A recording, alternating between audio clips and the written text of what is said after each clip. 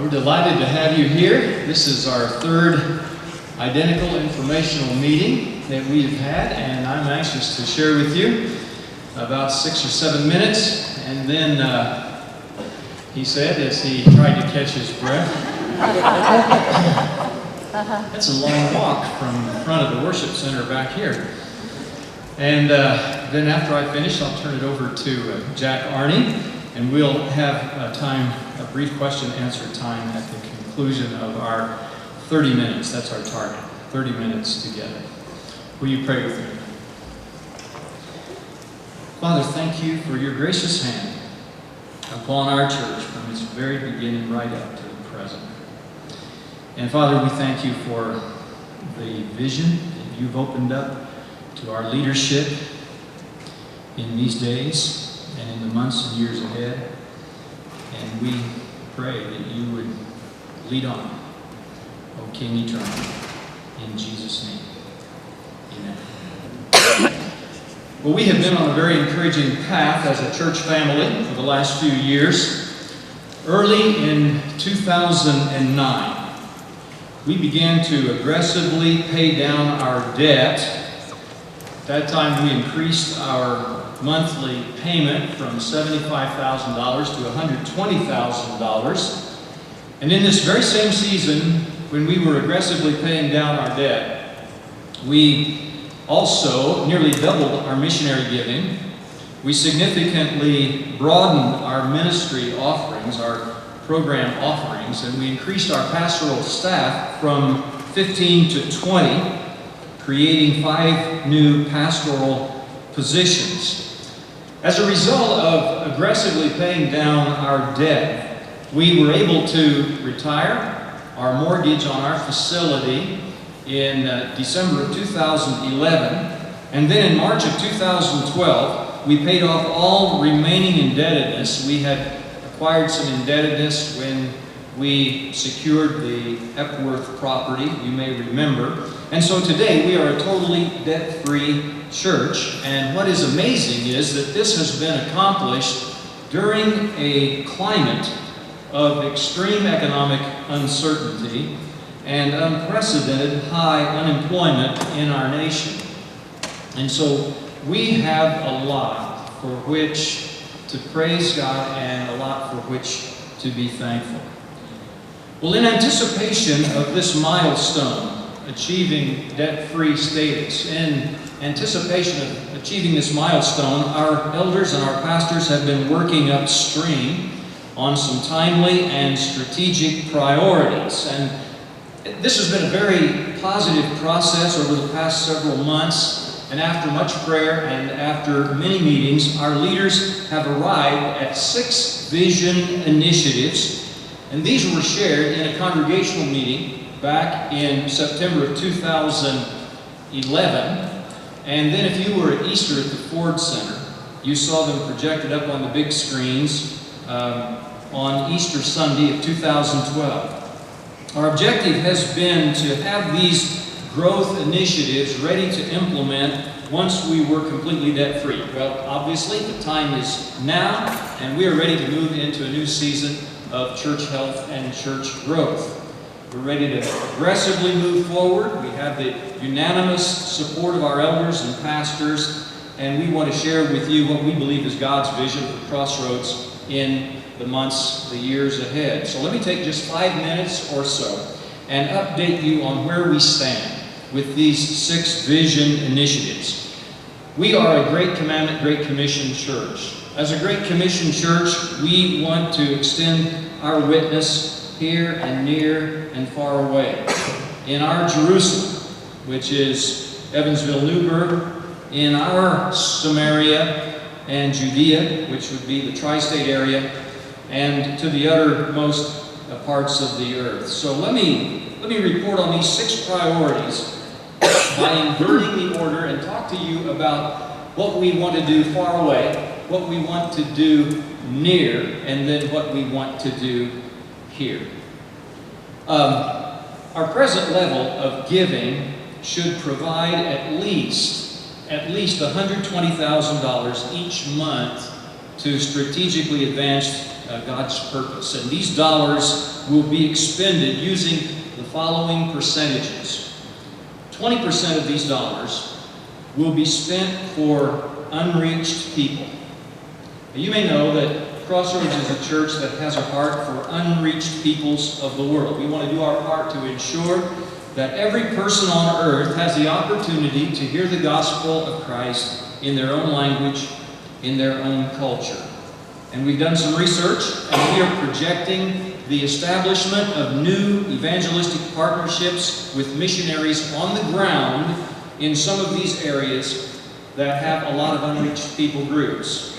Mali, Africa, India, and Japan, to name just 3. So 20% of these dollars will be for unreached people groups. Then 10% of these dollars will be spent on local outreach through a number of different avenues. First of all, there is Community One. You've heard about Community One, inspired by love for our neighbors. This is the initiative to do something to assist the under-resourced and the underserved in our city in the name of Jesus and His church. Our community leaders have said that blighted neighborhoods, poverty, and inadequate housing are at the top of the critical needs list in our city. And we believe that good deeds in these neighborhoods are going to create goodwill, which will result in opportunities to share the good news with people. Community One has already filed and received its 501c3 nonprofit status with the IRS. We are forming partnerships and we're moving this initiative forward. And our vision is that after the first 2 or 3 years of initial launch expense, that Community One will take its place as one of our local ministry partners, along with the Evansville Christian Life Center and the Evansville Rescue Mission and so on. Then also, we have the Crossroads Worship Arts Academy. Now, this is capitalizing on one of our strengths as a church. And we're well along in the planning and organizational stages for providing a distinctly Christian arts academy. So in addition to technical instruction, young people and adults will be discipled and families will be reached for Christ. A business plan is being conceived and prepared, and in the next few months, property will be leased. And our vision is that this ministry will become self-sustaining financially after the initial startup costs. The Worship Arts Academy is an evangelistic and discipleship outreach capitalizing on one of our strengths as a church, which is worship arts. We're also establishing ministry centers on the west side and the north side of Evansville. Now, as a mega church, we have both an attractional and a missional approach to ministry. Many churches separate those, and they say it needs to be either or. Your ministry ought to be attractional, or it ought to be missional. We believe in the power of the and. So we want to be both missional and attractional. We want to do everything we can to bring people to our campus for evangelism and discipleship, but we also want to go after them in the community. Now, since we draw people from 30 minutes or more away from here for our weekend worship, we have found that many families who call Crossroads their church home do not travel back here through the course of the week to take advantage of our women's Bible study, our women's DOK, our men's fraternity, our refuge groups, our 242 small groups, our youth and children's programs. Because of time and distance, they don't get back here through the week. But they call Crossroads their church home. They're members here. They're very faithful on the weekends. So we already have groups meeting and activities developing on the west side. And it's our vision is that what we do there will be reproducible on the growing north side of Evansville as well. So what we're going to do is import the DNA of Crossroads to these locations that will be more convenient for people living on the west side, people living on the north side. Because we believe that that discipleship happens in these smaller communities. And we're glad we have both. We have the weekend worship assemblies that are rich with inspiration and good fellowship, that have a whole different chemistry in a megachurch than some of the smaller kinds of venues that speak to specific needs that people have. So these are not church plants. These are not going to be satellite churches or new church plants necessarily. We don't really know where the Lord may lead. Right now, we want them to be ministry centers where we take the things that are distinctive about our church and we put them in places where people can access them more easily, more readily. Then there's the Nehemiah Network, because our desire as a church is to be a catalytic leader to influence other like-minded congregations in our area to become prevailing churches. We want them to experience unprecedented health and growth. We've already launched the Nehemiah Network because the cost is very modest, just $5,000 or $6,000 a year. This quarterly meeting is hosted at Crossroads, and it is attended by 60 to 70 leaders from churches throughout our tri-state area. And the operational costs have already been absorbed into our annual budget. So 20% for unreached people groups, 10% of these dollars will be spent on the Worship Arts Academy and on the other things that I mentioned.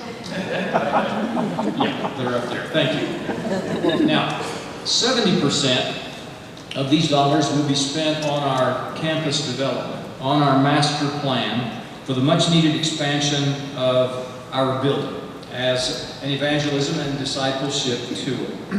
Our present facility, while an excellent 125,000 square foot facility, is just not adequate for the growth that we envision that can take place in the years ahead. Our best research reveals that there are 80,000 unsaved or unchurched people in our immediate tri-state area. And so just now I want to ask Jack Arning, our executive pastor and one of our elders, to share with you some exciting information about where we will be going between now and the end of the calendar year 2012 with our campus development, and a little about how we will proceed into the future. Now, as you listen to Jack, I want you to remember that this begins a process of perpetual growth and strategic expansion of our facilities with the expectation, not the commitment, but with the expectation that it will be done without debt and it will be done without multi-year capital campaigns. We believe that as we raise the level of faithful stewardship in our church, that as we teach our people to tithe and to give generously above the tithe, that we will be able to fund this perpetual expansion without debt or without any kind of multi-year capital campaign. It may mean that we occasionally have a special kind of one-time offering, but we believe that it is possible for us to move forward and to pay for this expansion as we go. It will also give us the opportunity to respond to whatever may happen out here in the nation, out here in the economy, that is unknown to us right now. And we do not want to be a church that is saddled with debt to the extent that we cannot respond to things that may happen, needs that may arise in our church body, in our community, as a result of where things may go in the future. We will have the flexibility to move and to respond to needs, and at the same time, we will be able to perpetually expand. And as I said, we're depending on the faithful stewardship of our church family from week to week in tithes and offerings to accomplish all this and more. So that's kind of where we are, but I wanted to wind up talking about the master plan, because that will probably be the thing that you will notice, and that is where the bulk of these dollars will be spent in the months ahead. So, Jack, if you will come, please.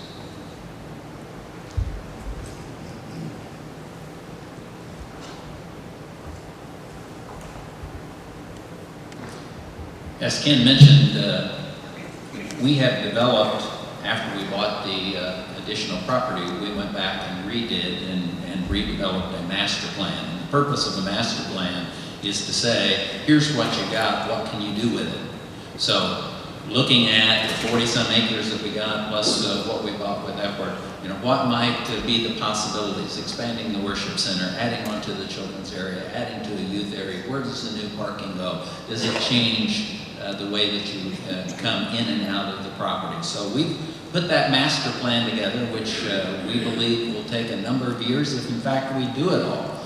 But where do we start? And that's a very difficult thing sometimes to figure out. But the first thing that we felt like we needed to do was determine whether or not the worship center was adequate. Now, as all of you know, we are currently running 4 services, and they seem to be going well, and we are well staffed for those 4 services. We could add to the worship center. There's 2 ways of doing that. Actually, it's built so that we can fan it out some more. It's also designed so that we can incorporate a balcony, or we could do both. But all of those considerations are very expensive space. Okay? It's a very high building, it's just very expensive space. So, it would also create square footage that basically would be needed during the times that we are crowded in the worship center, which right now is 1 service. So if we added to a balcony, we'd be using that 1.5 hours during that service during the week, and it would sit pretty much vacant the rest of the time. We're just not sure that that is the best solution at this time. So the executive team, Ken, Todd, and I, presented to the elders, and they agree that the best solution to our worship overcrowding is to provide a high-quality overflow space that is conducive to people being able to hear the message and participate in the worship. And the very best place to do that is the room that you're in. As you know, we've done an overflow back in the gym. It was hard to find. It was not really conducive to a worship atmosphere. So we think that this space, because it already has much of what we need for that overflow, is the best place to do that. Plus, it's right off the atrium area where people can see it. So we're proceeding with the idea that that is the best thing to do at this time. Well, in order to use this space, what are the considerations with the chapel? In order to use the chapel as an overflow place, the first thing that needs to be done is that there are 5 elementary classes in here during that large hour. In fact, just a few minutes ago, I came back in here. This is what this room looked like about 40 minutes ago. It's set up with these little green walls that you see, and there are 5 elementary classes, small groups that meet in this space during that hour. 2 of them in the classrooms that are closed off in the back, and then 3 of them, 2 behind those walls that you see, and 1 of them up here on the stage. So we have 5 classrooms that need to be put somewhere else in order for us to be able to incorporate this as an overflow. My grandson is looking at me through the doors. That's very distracting. He sure is cute. I'm lost. Where am I? Also, by incorporating this into an overflow area, that frees, and moving the children down here, that frees this room up for additional things that we are not able to do in a nice place now. Even like having a large elective, something that we might have a 3 or 4 week elective that might attract 200 or 300 people. We don't have a space on Sunday morning to be able to do that. So we're looking to be able to use this for additional things in addition. Well, then where do you relocate the elementary children? That's the question. So the executive team came up with 4 possible options. One is to build the additional elementary classrooms that we need that are already in the master plan. And those would be out toward the parking lot, where basically part of the canopy playground area is, to go ahead and build those classrooms, the stairs up to the 2nd floor and all that. Right now, We just do not have the finances without going out and borrowing a couple $1 million. We do not have the finances to do that. So we looked for alternatives not to have to go into debt to do it. A second consideration was to move the children to the gym. The downsides of moving the kids to the gym are several, but one of them is the gym is not very conducive as a classroom environment. If you haven't noticed, there are basketball goals, 6 of them in there, and if you take elementary kids into a room with 6 basketball goals, the first thing they look for is a ball, and the second thing is they start throwing in the tubes. So it is just not very conducive to small groups, and our elementary teachers are challenged enough. Another thing, in addition to these 5 classrooms, that hour we also have some classes of 25 to 30 children in a class. Now that's not a small group. I know some of our adults think that's a small group, but that's not a small group. The idea of these small group leaders, and I see some of them sitting out there, is to not only put application to the lesson that they've just heard, but to build rapport with these kids, to know them by name, to talk to them, to develop a relationship with them. So we need to make some of those classes smaller. So we need about 8 classrooms is what we think we need. A second difficulty with the gym is relatively it's a long way to take kids from the student theater. And by the way, if any of you have been back to the student theater because you don't have kids, when you get done here, just exit those doors and go back there. It's a small crowd this hour, but you'll at least get a feel for what the student theater, the size of it. But if you have to take kids from there all the way down the hallway, all the way down to the gymnasium, that just takes a few more minutes. And during the second hour on Sunday morning, Suntown is challenged not only by the number of kids, but by the length of time that they have in small group. Well, why is their time any less than anybody else's? Because we do the same thing in Suntown that we do in large group. We have communion every week. And when you pass communion to some 200 kids in a room, it takes additional time, and that ends up cutting out of the small group time. So we would prefer not to move them that far. We'd like for it to be very nearby. The third issue is that traveling to the gym with a bunch of elementary kids brings up the issue of security. We've always, I shouldn't say always, but in the last decade or so, we have become very aware of security in the youngest of our children, in the nursery and preschool, and we're hearing more and more, and I think rightfully so, that we need to have the elementary kids in a more secure environment. There's a lot of access back to that space, so we're looking to see how we can step up security, but taking kids all the way down to the gym would be counteractive to that. So a third option would be to purchase mobile classrooms. Oops, not too far. Some of you are familiar with this option because we did it. I thought I would hear some moans because not long after we were out here, we ended up putting mobile classrooms out off just on the parking lot north of the gym there. And we would take kids out there and do that. So we thought, well, we'll do that again.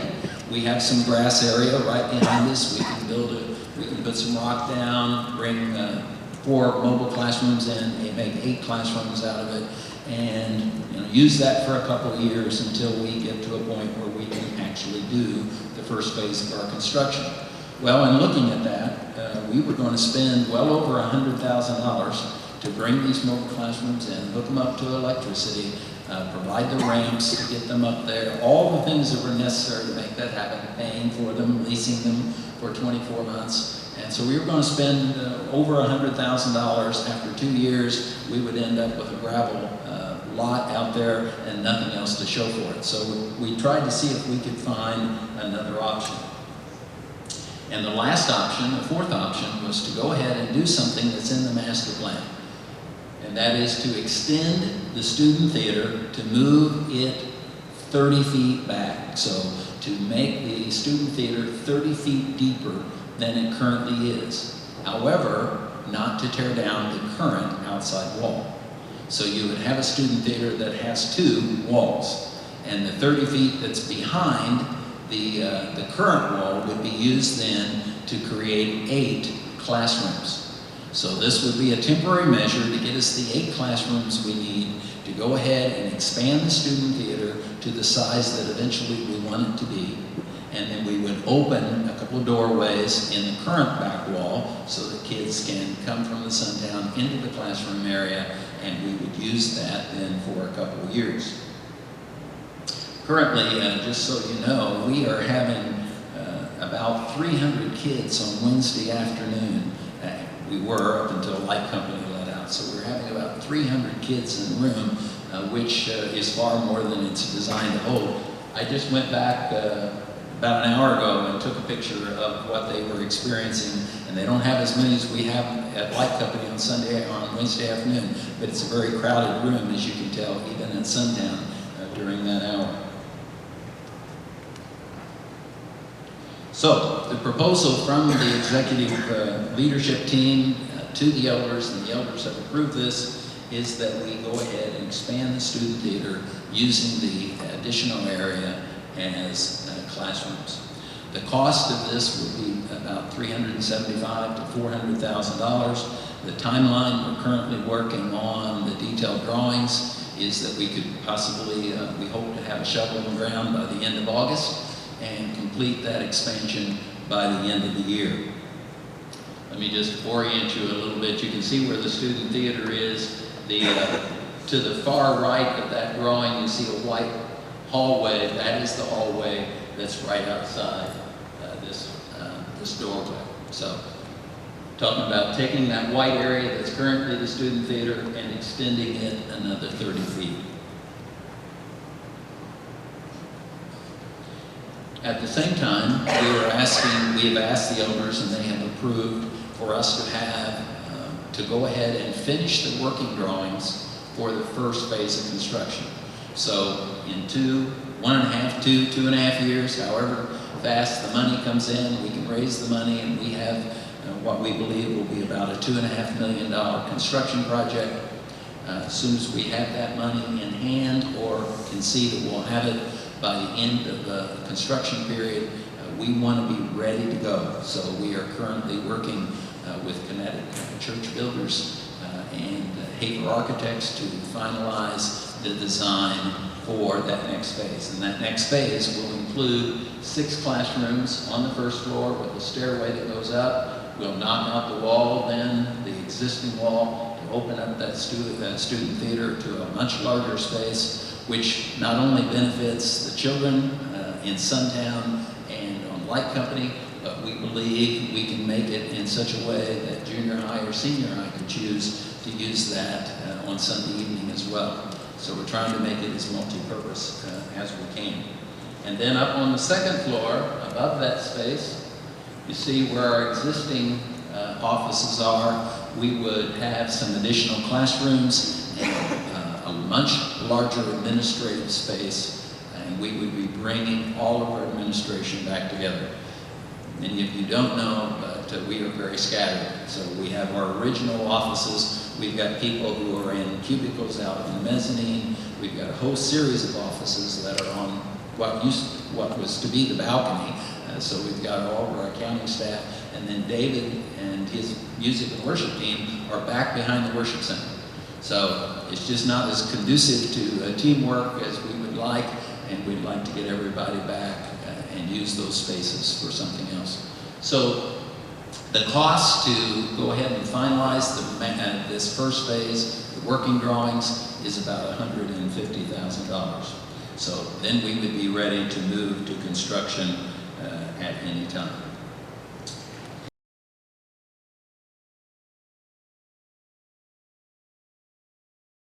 We want it to be a facility that functions all day long. So we would have probably many of the teachers would be volunteers.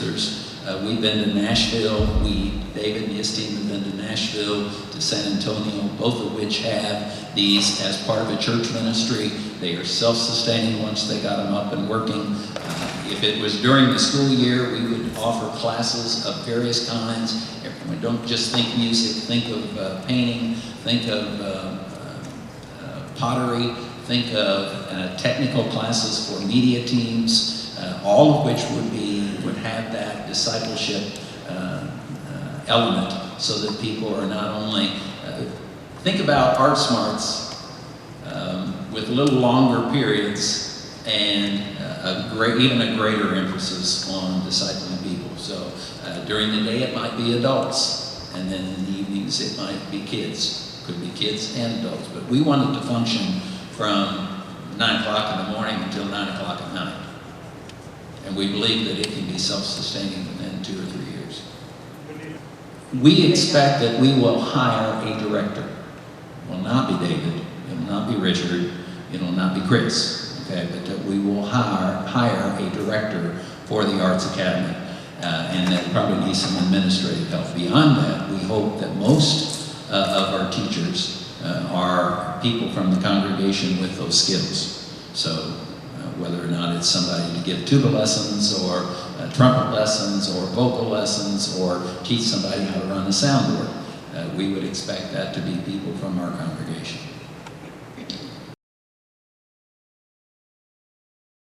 North Side and West Side, actually West Side, then North Side Ministry Centers. Currently, this ministry is going on. We already have a men's fraternity that's meeting on the West Side. We also already have some youth activities that are happening in some of the schools on the West Side. We already have small groups meeting on the West Side. But at some point, we hope that we get enough of that we can rent, lease a storefront that we would keep busy throughout the day. We might do counseling on the West Side and send a counselor out there for a certain period of time. We're just trying to move all these ministries, whether it's women's Bible study or daughters or refuge, take the Dave Ramsey course that we have as part of Refuge on Monday night and offer that class out there where people are more likely from the West Side to be able to get to it. So it probably will involve leasing facilities at some point.